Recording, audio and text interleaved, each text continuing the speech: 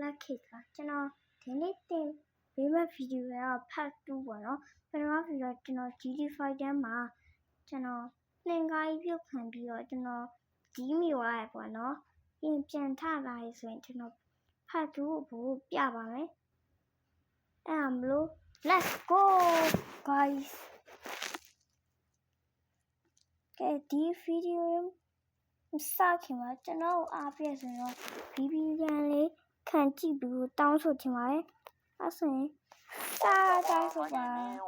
အဲ့လေပြောလို့ပါဘူးကွာဘာဖြစ်သွားမင်းလဲဟိုပေါ့ဒီနေ့ကစပြီးတော့တိထားတော့ကွာငါအိမ်မက်တွေမကောင်းဘူးကွာဆက်ပါမယ်အေးရောက်ပြီအဲ့လိုရင်ခရုစာကွာငါတို့နောက်ကကြမှာစုံကြတာပေါ့အေးရောက်ပြီမိုက်ကေဟာကွာလာရောက်သုံးရကျော်ရင်ငါတို့အိမ်ပြန်ကြဆိုကွာငါတို့ဒီမှာကြာနေလို့မဖြစ်ဘူးကွာဟဲ့ဟောကြီးဘလို့ဖြစ်စားလဲကွာဒီတင်ကားရဲ့ရုပ်သေးရမိုးပေါ်နေအောက်ကိုပြုတ်ကျလာတယ်ဆိုတော့လုံးဝရုပ်တိမရှိဘူးနောက်ပြီးငါခုန